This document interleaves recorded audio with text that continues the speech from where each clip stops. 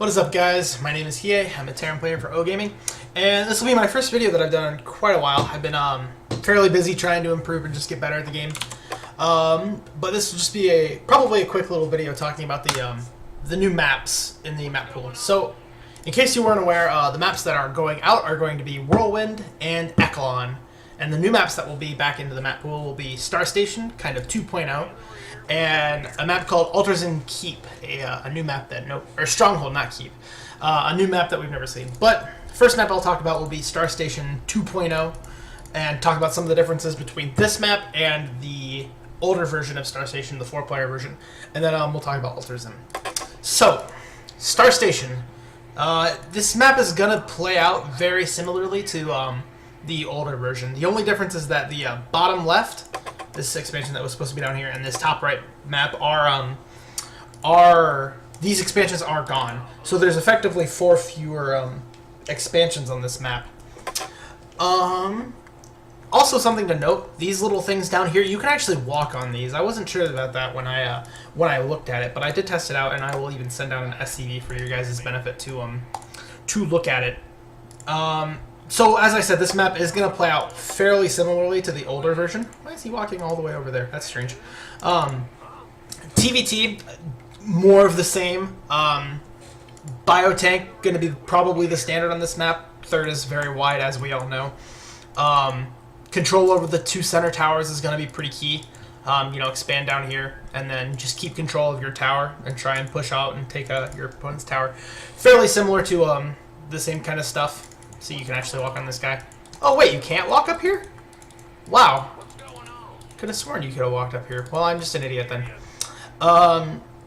TVZ. The third base is, as I said earlier, the third base is super wide, but the metagame has actually shifted to where Roach Hydra is starting to be more and more used, and the wideness of this third is really going to change that. I feel like we'll see a lot of Roach Hydra on this map. So just kind of something to kind of be prepared for. And if you do see that, you definitely are going to want to throw up a lot of bunkers here until you can catch up on your upgrades and eventually stabilize and max out and then attack. TVP? Where are my notes on TVP? Where'd they go? Oh well. Protosses have never liked this map in any matchup because of how wide the third is. It's not very easy to take the third as Protoss. So as a Terran player, you're definitely going to want to watch out for any blink all-ins, fastest Oracle, just any sort of real shenanigans from Protoss. I think a lot of Protoss players are going to end up vetoing this map because they did in the past with the original Star Station, and the Protoss players that we are going to see are probably going to all-in, or are going to be more inclined to all-in on it. So overall, I'm happy to see it back. I really liked it as a map with the 4 players, so I'll probably like it still with the 2 players. The only thing that I would have liked to see one more additional change that I would have done, or that I would have liked to see done, would have been them removing this tower, and this tower. I feel like if they had removed these, the potential for run-bys through this little path would have been a lot more usable for Protoss and Zerg and Terran. And you can also see drops that fly through, just all the way up to this edge of the map and this edge of the map. So I feel like that would have allowed, all the races to get a little bit more aggressive. Wow, did they shrink this range? It feels like they shrunk it a little bit. So yeah, if you like the original, you will like this one. So the second map is Altazim, and I have a lot to say about Altazim. Let me load up a custom game of it really quick. Create game. The first time I looked at this map, I was really kind of confused on how to feel about it. Whoops, start game. I try not to just poo-poo on anything until I've tried it, and I've played quite a bit on it. And so I didn't really want to write it off, and I've played a lot on it. And I tried to defend it as much as I could before I actually got to play on it, but I really don't like it now that I've actually played on it. So we'll hop into this. Resume game. So the first thing that just looking at this map that we realize is that it has an in-base expo. And in the past, a lot of people have kind of poo-pooed on the in-base expo, and I feel like it's just more of the same with this map. It's very hard for any race to kind of all in, when your expansion is this easy to take, and it just creates that kind of stagnant feeling of, I'm going to have a long game because he's going to be able to defend this expo fairly easily, and blah, blah, blah, blah, blah. Just that kind of, what did I write in my notes exactly? It makes the game more predictable, that's it. So I just really don't like this in-base expo. Second thing that kind of stood out to me was the wideness of the third. The third is going to be pretty easy to aggress. You have kind of two attack paths into it, through here and through here, with actually a line of sight blocker. So third base, a little bit harder to take than the natural. One thing that I will note is that before we kind of jump into the match by matchup analysis, most Zergs will take this outside expansion to get their creep spread going, and then just take this inside expansion as just a really easy third base. Just something that I've realized a lot of Zerg players have been doing on ladder. So TVT, Biotank, probably going to be the standard, at least until there's been a lot of talk on what they're going to do with the siege tank, and making it do more damage per second. I think it fires faster, but I do think Biotank is going to be good just because of how wide these attack paths are. Bomber did a 2-base kind of 5 racks. He had 5 barracks, 1 factory, and 1 starport, all on 2 base, and just got hyper aggressive against MMA on Frost in WCS World Finals. I think that kind of build will be really good on this map, because if you push them out of this third and back up this ramp is so tiny that he's going to have to attack down this tiny little choke into a massive concave of your tanks and marines. So I think that any sort of 2-base aggression in TVT will be very strong on this on this map. TVZ, a little bit weirder, because you see how much, kind of, not really a whole lot of dead space, but it's a lot of flying distance. You'd think that would make it good for drops, but in my experience, it's actually been really hard to drop on this map very effectively. The third is surprisingly close to this backdoor expansion, or this outside expansion is very surprisingly close to this inside expansion, and the flight paths just feel very predictable. Say I'm top right and the Zerg player is top left, I'm just gonna fly straight down into this general area or over to here, which isn't really going to be that hard. So if a Zerg player just kind of sticks their mutas in this general position, it's going to be pretty easy to defend. This base is also very far away and very considerably wide to get lings over here to defend. Something that I kind of experienced that I kind of wanted to talk about was I feel whoever is what exactly were my words that I used? Let me look at my notes real quick. Whoever is clockwise from their opponent is ultimately at a disadvantage, because say I'm the Terran player in the bottom left.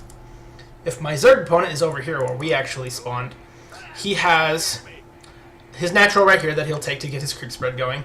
His third, which is way the butt away from us if we're down here, can't really drop this third practically without flying all the way up here and then down to here. The fourth base, he gets to expand away from us again. The fifth base, he gets to expand away from us again. And this fourth base, really hard to drop. You just put static D right here and right here. And as long as they have decent creep spread from this third base up to here, and then ultimately back around here, their units are going to be able to get here fairly quickly.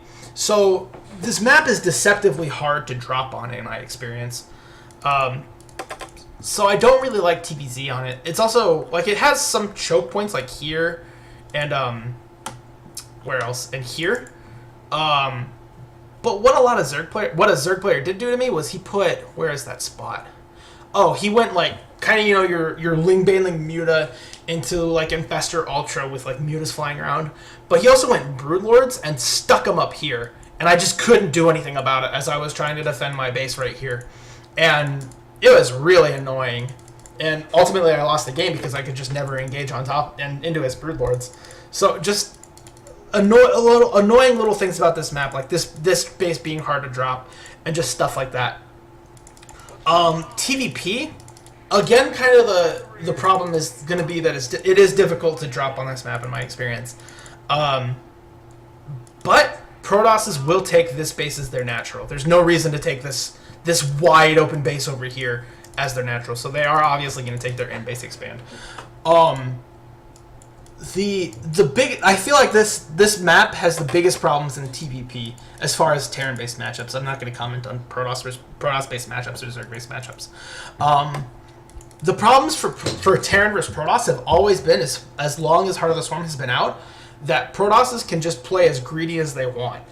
And Terrans have finally kind of started to figure out that they can commit heavily to units early on, get kind of a delayed factory, get a fast stim, and attack into a natural base of a Protoss before the Terran has medevacs. And if Protoss plays greedy and kind of cuts sentries or cuts units in order to get faster upgrades or faster tech, Protoss can very easily die to just that stim timing.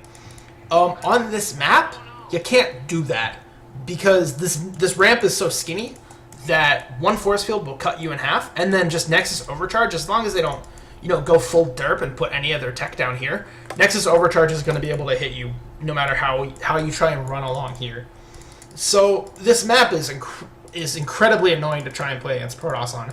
And then if you try and just divert back to that kind of medevac stim drop kind of style where you just try and drop everywhere, you run into the same kind of problems that we have in the past against Protoss, where their greediness has paid off by the time the medevacs get out. So whether they go for really fast upgrades or really fast tech, by the time your medevacs are out, they'll have those out and will be able to more easily deal with your drops because their greed will have paid off.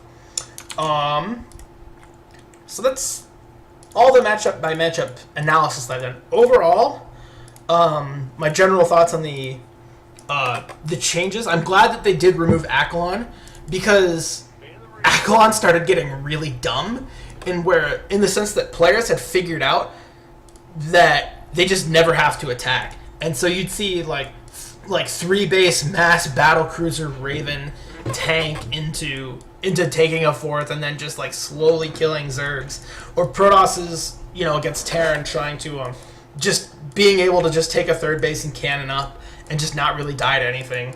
And then Zergs against Protoss just going Swarm Host, Broodlord, Spidecrawler, Infestor, or Infestor, Sporecrawler. So just really dumb ultimate late game unit compositions, and then not being able to be aggressive at all on the map.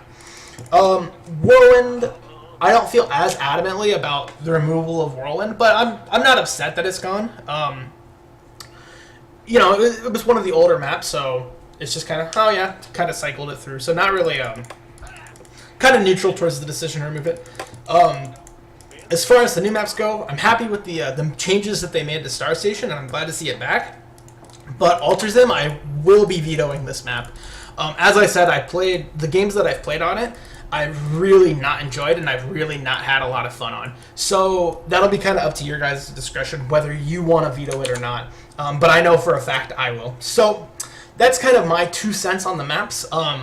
Hopefully, you guys will agree with it and, find the advice that I've offered useful, and maybe you'll have a little bit of insight into the matchups that you're going to play and what you'll see on the maps. So if there's any feedback, feel free to comment on the video and the YouTube comments, or you can comment on the Reddit thread or the Team Liquid thread. If you want to follow me, you can follow my stream, twitch.tv/HeaSC2, or you can follow me on Twitter, twitter.com/HeaSC2. Exactly the same on both of those, my Twitch and my Twitter. So that will be it for this one. I hope you guys found it useful, and I will see you guys next time.